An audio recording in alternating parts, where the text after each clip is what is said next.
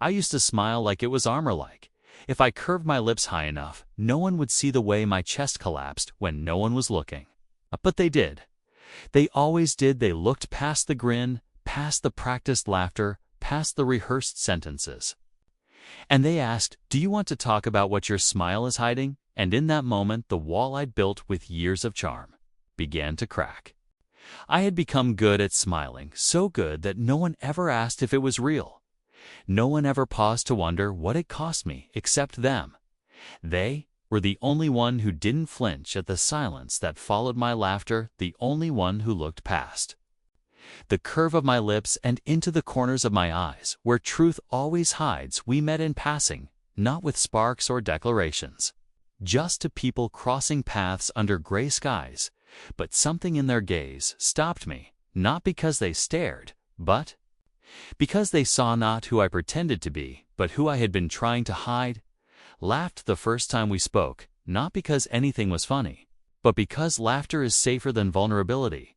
And they tilted their head, said nothing, but didn't look away. That silence felt louder than any word. They never called me out, never accused me of pretending. But their presence asked questions my voice was too scared to answering. Their company, I felt seen in ways I wasn't ready for, and I hated it. And I needed it all at once. We began to meet often. No plans, just the rhythm of coincidence. But I started wondering if it was more than chance. If maybe the universe sends soft people to us when our edges grow too sharp. One day, we sat near a fountain. The sky heavy with rain. It hadn't released yet, and I said, "I'm fine." They didn't believe me.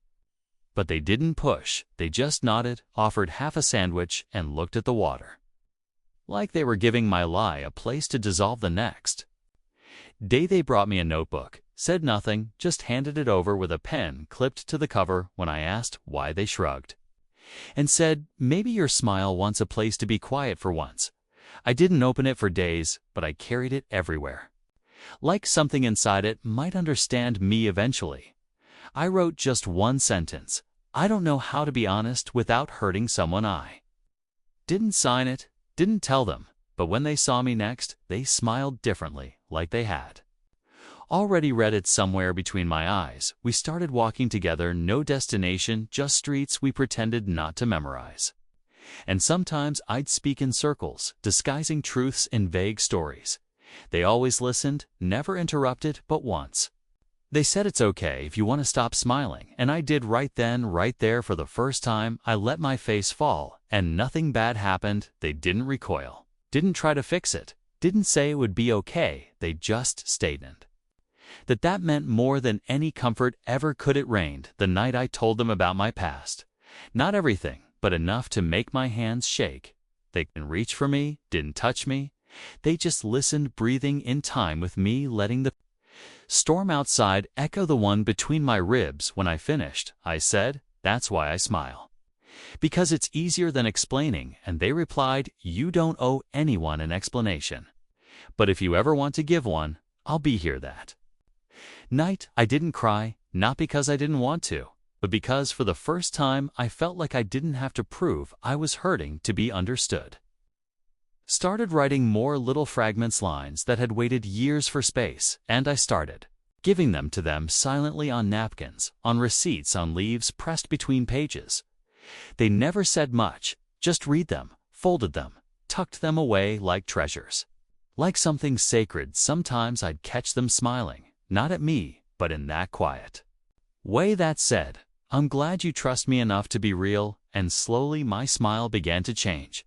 It stopped being a disguise, started becoming a response. To hide, but to connect. We sat on a bench under a broken street lamp, shadows, soft wind, gentle. And they asked, "Do you remember the first time you smiled and meant it?" And I said, "No, but I think it was with you." They nodded, didn't say anything, but their hand brushed mine, and I didn't pull away. I had always been careful with my feelings, tucking them behind clever phrases, behind jokes that made people laugh, so they wouldn't see me flinch. But with them, it became harder to hide, not because they forced me to speak, but because they listened. Even when I said nothing one morning, they left a note in my bag, folded, carefully written in soft blue ink. It said, "You don't have to be okay for me to stay. I read it 3 times before I let it matter for more before. I let it mean something because I wasn't used to that kind of staying, the kind that didn't ask for explanations, the kind that didn't run when the smile cracked. We met for tea that evening, and I sat in silence, hands around the cup, watching the steam rise, like something trying to escape. They didn't fill the silence, just waited as if they knew silence wasn't emptiness. It was trust, learning how to breathe. Said, some days I feel like a lie in a human body.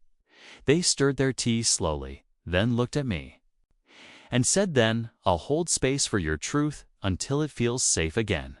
I didn't know how to respond, so I smiled, but not the old smile, not the mask. This one trembled. This one was real. The world didn't end when they saw it. They started noticing things I didn't realize I revealed. The way I rubbed my sleeve when I was uncomfortable. The way I laughed too loudly when I was overwhelmed. The way I never finished sentences that started with, I wish, and slowly they helped me finish them. I wish I didn't feel broken. I wish I knew how to rest. I wish I believed I was enough.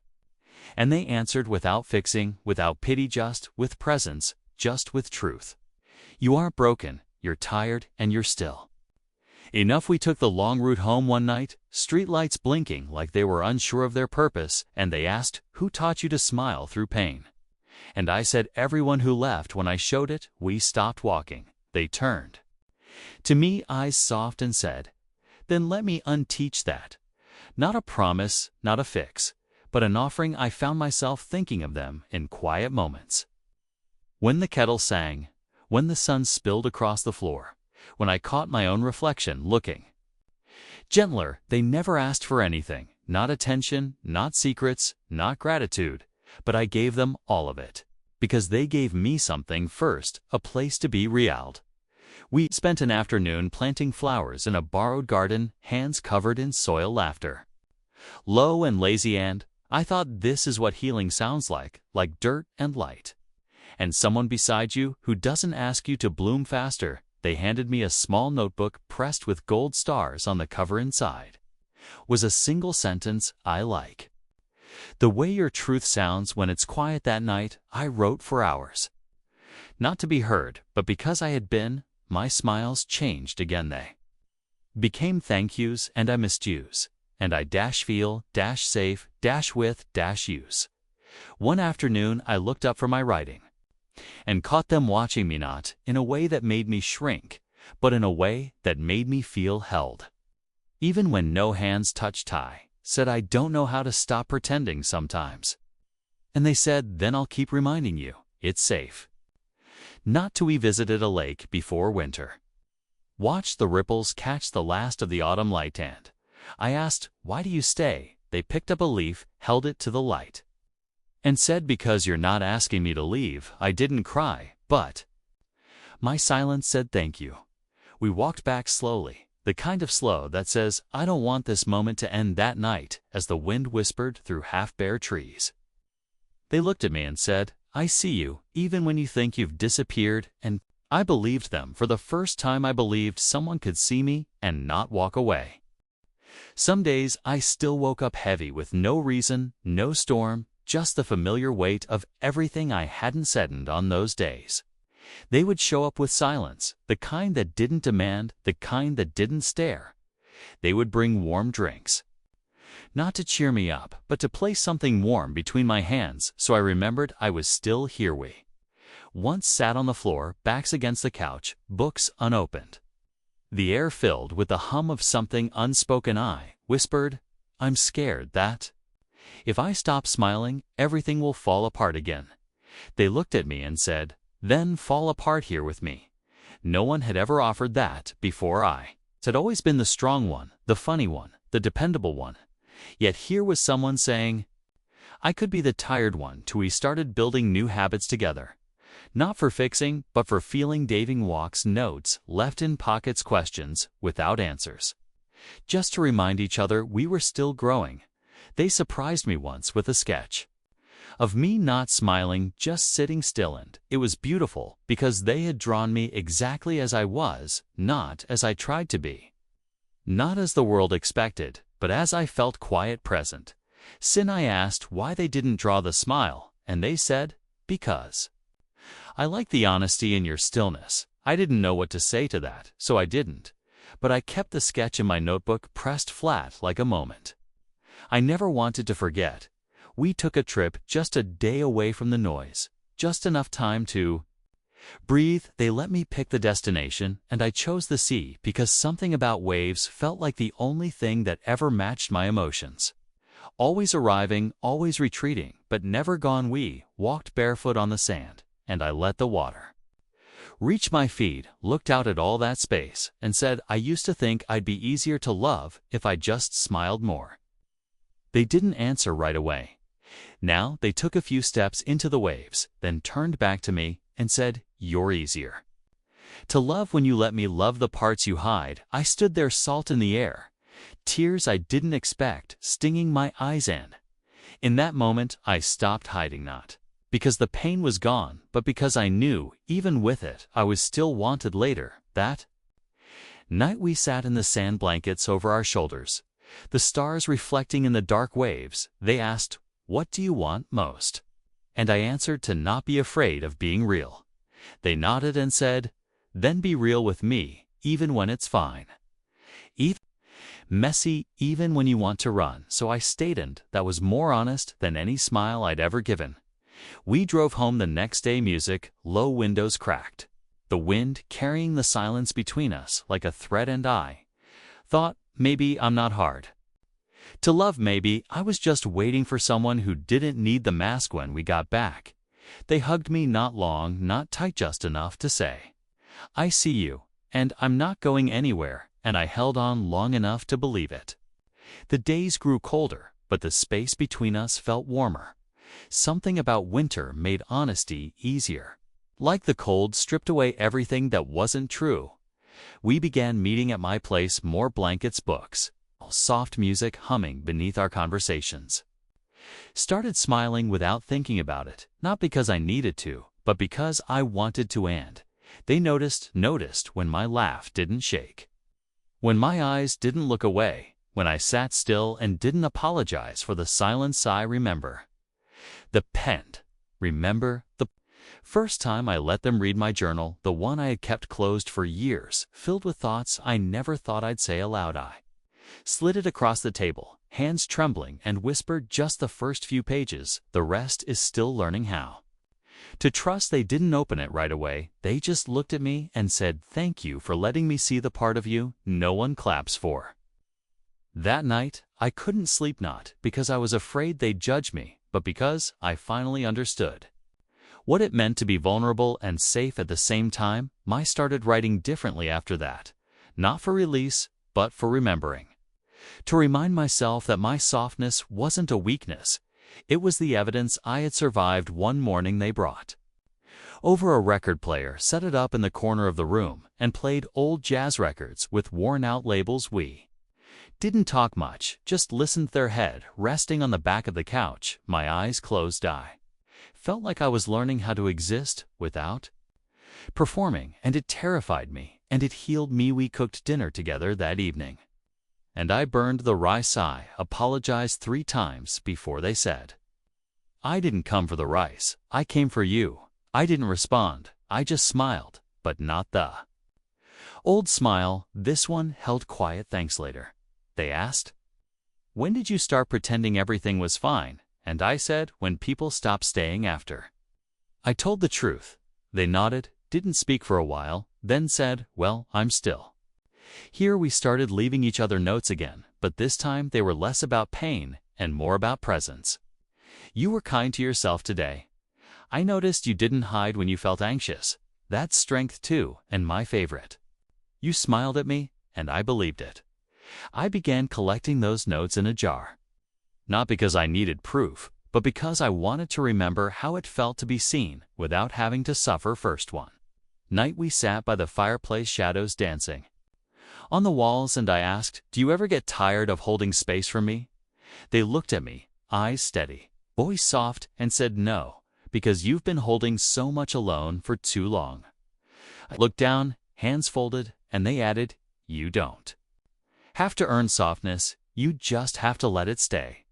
I wanted to cry, but I didn't, not because I was holding back, but because the ache had finally begun to rest. Started noticing things the way they glanced at me before speaking, the way they made room for my silences, the way they waited before answering, as if leaving space for me to take it first one. Morning, I smiled at myself in the mirror, not because I looked okay, but because I felt okay, because I knew even on the days I didn't, I wasn't alone in it anymore. We stopped keeping track of time. There was no need to measure friendship in hours, only in moments that felt like breathing again. They stayed even on the quiet days, even on the heavy ones, especially then. We spent one weekend in near silence. No big conversations, no dramatic truths, just shared space. Sat at the window, notebook in hand. They read on the couch.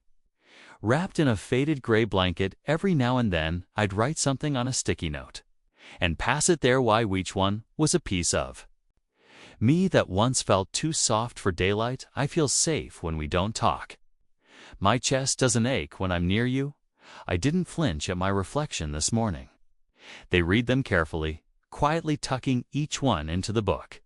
Beside them like petals, not every healing moment came with a speech. Some just came with presence. We went for a walk that evening, the sky full of stars we didn't try to name, and they said, "You seem lighter." I didn't answer right away, just exhaled, then whispered, "I'm learning how to be." They took my hand, held it like something gentle, not like something fragile. And we walked. Oni told them one night about the first time I learned to fake a smile. I was 10, sitting at a dinner table that never felt like home, and I laughed so they'd stop asking why I was quiet. They looked at me and said, "You were just trying to survive." I didn't know how much I needed to hear that until my throat tightened and I nodded without words. We started collecting small joys like souvenirs, but softer, the warmth of tea on cold hands, shared playlists, blankets that smelled like comfort. And every time I smiled, they noticed but never pointed it out, just held space for it, like sunlight. Through the curtains, they took a picture of me one day while I was reading, legs curled beneath me. Unaware when they showed it to me, I hesitated. I expected to hate it, to find something wrong, but I didn't. Tell I saw was someone who had finally stopped apologizing for being soft, someone who had finally let their eyes rest. We printed the photo, framed it with a note underneath it, said, "This is what happens when you're not performing." I kept it on my desk, not as proof, but as permission. World outside still asked for smiles, still expected them like currency, but now I gave them only when I meant it. Didn't owe anyone the performance anymore. One night, I asked them, what if one day I break again? And they said, then we'll gather the pieces slowly, and I'll be right here, holding whatever you can't yet carry. I think that's when I knew that this whatever we were was more than comfort, more than timing. It was safety. It was memory rewritten. It was love without the need to be fixed. I smiled, real, quiet, present. They smiled back, not because I was okay, but because I had let them see me fully, finally, without the mask. The leaves began to fall, not all at once, but slowly, like they, too, were learning how to let go. Autumn held our friendship gently, wrapped in sweaters, hot drinks, and the kind of quiet that says, "I'm not going anywhere." We spent a rainy morning watching the clouds move, neither of us speaking, the room filled only with the sound of weather and breath. I looked over at them, sitting on the windowsill, head resting against the glass, and thought, this is what it feels like to be understood, not explained, not diagnosed, just known. We made soup, laughed when we forgot the salt, and danced barefoot on the kitchen tiles, while the rain played percussion on the roof. It wasn't about fixing sadness anymore. It was about making space beside it. Showed them a poem I had written, the first I hadn't edited to sound brave. It began, "I smile so I don't scream," and ended, "But now I whisper, and someone hears." They read it twice, folded the paper carefully, pressed it to their chest, and said, "Thank you for letting me hear you." That night, we stayed up late, talking about all the versions of ourselves we had abandoned to survive. They told me about their own masks, how they used confidence to hide doubt, how they stayed strong. So others wouldn't levy listened, really listened, and realized I wasn't the only one still learning how to be soft. Sometimes healing means holding someone else's story. Without dropping your own, we took a trip to the coast, brought sketchbooks and thermoses, watched the horizon blur into itself, drew the waves, they drew the sky, and we passed the pages back and forth. Without needing words in their drawing, there was a single boat, small but steady, and in mine, a figure standing in the surf. Arms open, we looked at each other and smiled the kind of smile that doesn't ask, "Are you okay?" but says, "I'm glad you're still here." One evening, I caught them crying. I didn't ask, didn't try to fix it, just sat beside them quiet. Solid, real. After a while they said, "Sometimes I feel like I give so much and forget to be held." And I answered, "Then let me hold you. For everything you've given me." It felt like a full circle moment, like trust breathing in both directions. We lit candles, wrote lists of what we were unlearning. Mine said people-pleasing, smiling when it hurts, apologizing for existing. Theirs said fixing others, carrying more than I have to, hiding my sadness with jokes. We folded the lists into tiny boats and floated them down the stream near the house. Watching them drift felt like letting go of someone we used to be that night. I laughed without worrying if it was too loud. They sang along to a song they forgot the words to, and we clapped. Just because we could. It wasn't perfect, but it was real, and for the first time that was enough. We laid on the floor, looking at the ceiling like it might have answers, and they said, "What if the only thing we needed this whole time was someone who stayed long enough to see us without the act?" I turned to them, eyes soft, voice low, and said, "Then thank you for seeing me and staying." They reached over, touched my hand, and in the stillness that followed, I felt everything I used to hide becoming safe. Winter came gently, like it didn't want to startle us, like it knew we were still learning how to be soft without breaking. We filled the house with quiet, light candles, string lights, shadows that danced without fear. The world outside froze, but we stayed warm, not from heat, but from presence. We didn't need to talk as much. There was a language now, between glances, between shared silences. Between one small smile and another. One afternoon, they brought in a box of old photos, and we sat on the floor peeling back years with our fingers. I pointed to a picture of me younger, smiling, big and bright, and said that was the day I realized no one noticed I was breaking. They looked at it, then looked at me and whispered, "But I would've noticed." My throat closed, but I nodded because somehow I believed them. We talked about loneliness, how loud it can be, how it doesn't need silence to exist. Only distance, they said. I used to think love meant being perfect for someone. Now I think it means staying when they aren't perfect for themselves. That stayed with me. Long after the conversation ended, we baked bread, let it rise slowly, watched the snow fall, listened to records that cracked with time. I began smiling more, not because life was suddenly simple, but because I was no longer performing. My smile became my own, not a shield, not a bargain, not a permission slip. One evening, we went out into the snow, just to feel the hush of the world around us. We lay down, arms out, breath rising in the dark. They turned to me and said, "Do you remember the first time you let yourself be held?"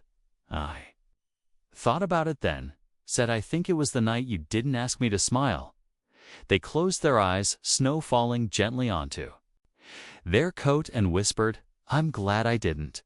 That was the night I knew I'd never be the same, not because they changed me, but because they reminded me who I was before the world taught me to hide. I wrote them a letter, didn't give it right away, just left it on the porch one morning, tucked under their mug. Inside, I had written, "I used to think I had to be easy to love, but you made loving me feel easy, even when I wasn't." They never brought it up, but they hugged me differently. After that, longer, softer, with nothing held back, the seasons began to shift again. Spring tugging gently at the corners of the frost. We opened windows, let in new air, and laughed when the breeze knocked over our books. Morning, they found me crying, not from pain, but from release, and I said I didn't know it could feel like this to be known and not abandoned. They sat beside me, wiped nothing away, held no expectations. In that silence, I found peace. We planted wildflowers in the yard, scattered seeds like tiny hopes, and I whispered to the earth, "Thank you for holding me while I healed." We watered them each morning, not just with care, but with belief. That beauty would return even if slowly, even if it had forgotten. I wrote again, pages and pages about becoming, about love without rescue, about friendships that don't demand explanations, and every now and then they'd read a line out loud, smile and say, "This one feels like you." I smiled back and said they all do now. The last cold day came quietly, and so did we, sitting on the porch, wrapped in blankets, watching the sun hesitate before rising. They turned to me, eyes filled with something steady, and said, "Do you know you're not pretending anymore?" I didn't answer. I didn't have to. They saw it in my posture, in my breath, in my smile. That smile, the one that used to be a mask, now held no fear, only truth, only softness, only the memory of a friend who stayed long enough for me to return to myself. And beside them, in all that stillness, I finally did